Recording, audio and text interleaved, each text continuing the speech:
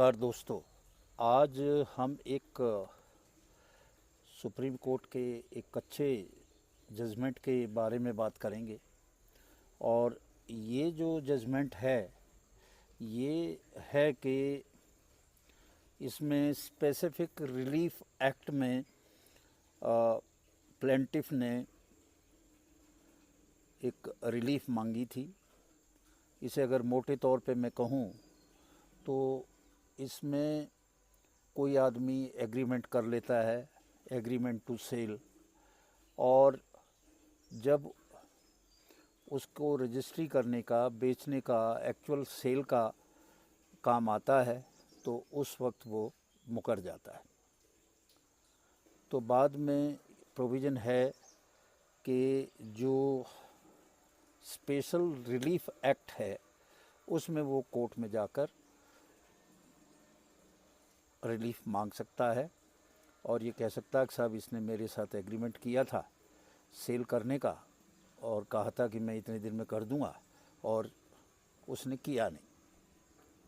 तो ऐसे ही ये केस सुप्रीम कोर्ट के अपील में आया था और उसमें क्या कुछ निर्णय हुआ इसकी हम बात करेंगे।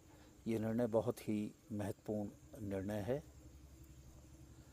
ये केस का टाइटल है Janardan Das and others versus Durga Prasad Agarwal and others, और ये सिविल अपील नंबर 613 2017 की है। और इसमें जो बेंच थी सुप्रीम कोर्ट की वो थी माननीय जस्टिस विक्रम नाथ, जस्टिस पंकज मिथाई और जस्टिस प्रसन्ना बी वार्ले। हुआ ये कि एक व्यक्ति ने एग्रीमेंट टू सेल किया और वो एग्रीमेंट टू सेल जो है वो उसमें जो ओनर थे उसमें 5 ओनर थे और वो सभी भाई बहन थे। पिताजी की संपत्ति थी और पिताजी की संपत्ति में 2 भाई और 3 बहनें थीं।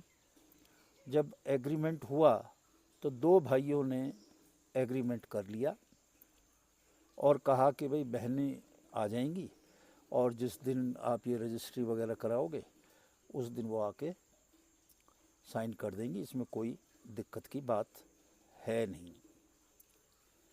और फिर पिताजी की संपत्ति थी तो वो आई नहीं बहनें, और इसके बाद में वो रजिस्ट्री हुई नहीं।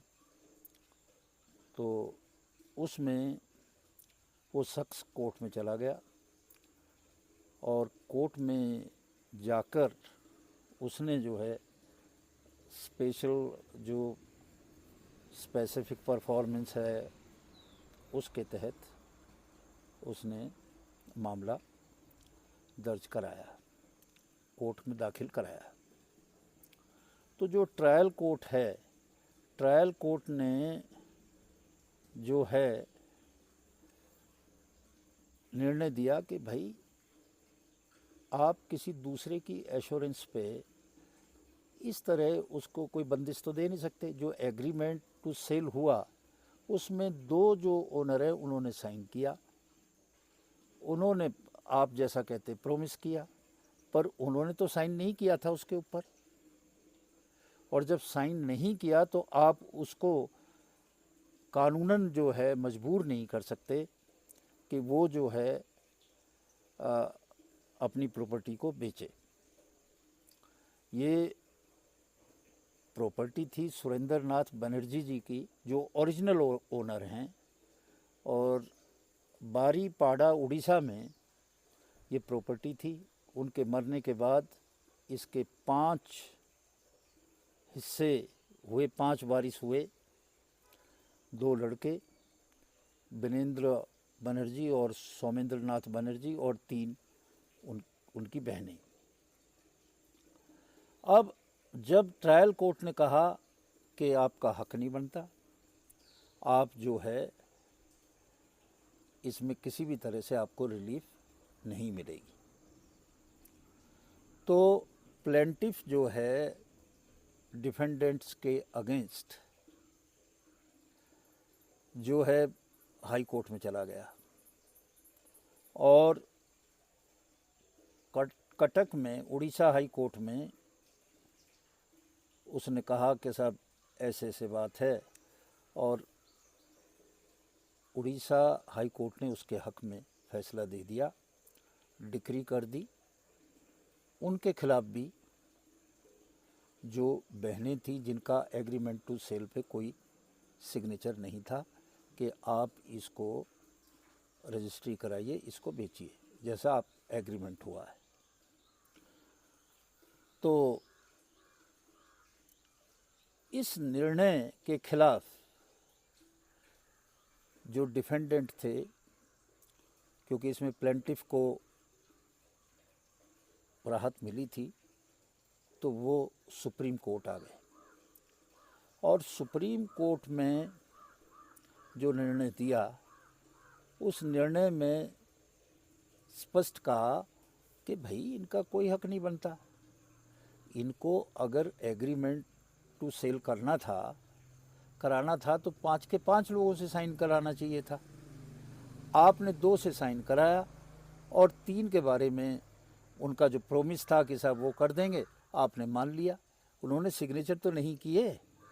तो जो एक कंडीशन है कि एग्रीमेंट की, उसको आप पूरा करते नहीं हैं, उनके ऊपर ये लागू होता नहीं है। लागू इसलिए नहीं होता कि आपने जो रेस्पॉन्सिबिलिटी आपकी होनी चाहिए थी रेडीनेस की और विलिंगनेस की, उसमें आपकी में कमी रही। जब आप ही रेडी नहीं थे रजिस्ट्री के लिए, क्योंकि आपने केवल 2 हिस्सेदारों से बात करी, तो जो रेडीनेस एंड विलिंगनेस की जो कंडीशन है उसको आप पूरा नहीं करते। और जो ओनस है, जिम्मेदारी है, जो जिम्मेदारी है एग्रीमेंट में, खासकर जब कुछ पक्ष अनुपस्थित होते हैं या हस्ताक्षरकर्ता नहीं होते हैं, तो यह सुनिश्चित करने के लिए प्लेंटिफ पर ही जिम्मेदारी है कि वह सभी आवश्यक सहमति और भागीदारों को बुलाए, उनसे सिग्नेचर कराए। अब आपने उनको बुलाया नहीं और जो आए नहीं उनके खिलाफ आप कैसे डिक्री पास करा सकते हैं? जो हाई कोर्ट ने, उड़ीसा हाई कोर्ट ने, कटक हाई कोर्ट ने ये बात कही वो एकदम गलत है। सुप्रीम कोर्ट ने कहा आप उन लोगों को मजबूर कर रहे हैं जो उसके सिग्नेटरी नहीं है, जिन्होंने साइन किया ही नहीं है।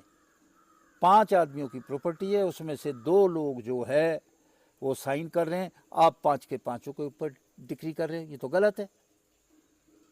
आपने अगर एग्रीमेंट टू सेल करना चाहिए तो सबको रेडी करते, सबकी विलिंगनेस लेते, तो बात थी। तो उन्होंने उठा के ये जो फैसला है ये डिफेंडेंट के पक्ष में किया, और जो प्लेंटिफ था उसको कोई भी रिलीफ, स्पेशल रिलीफ एक्ट में कोई दी नहीं।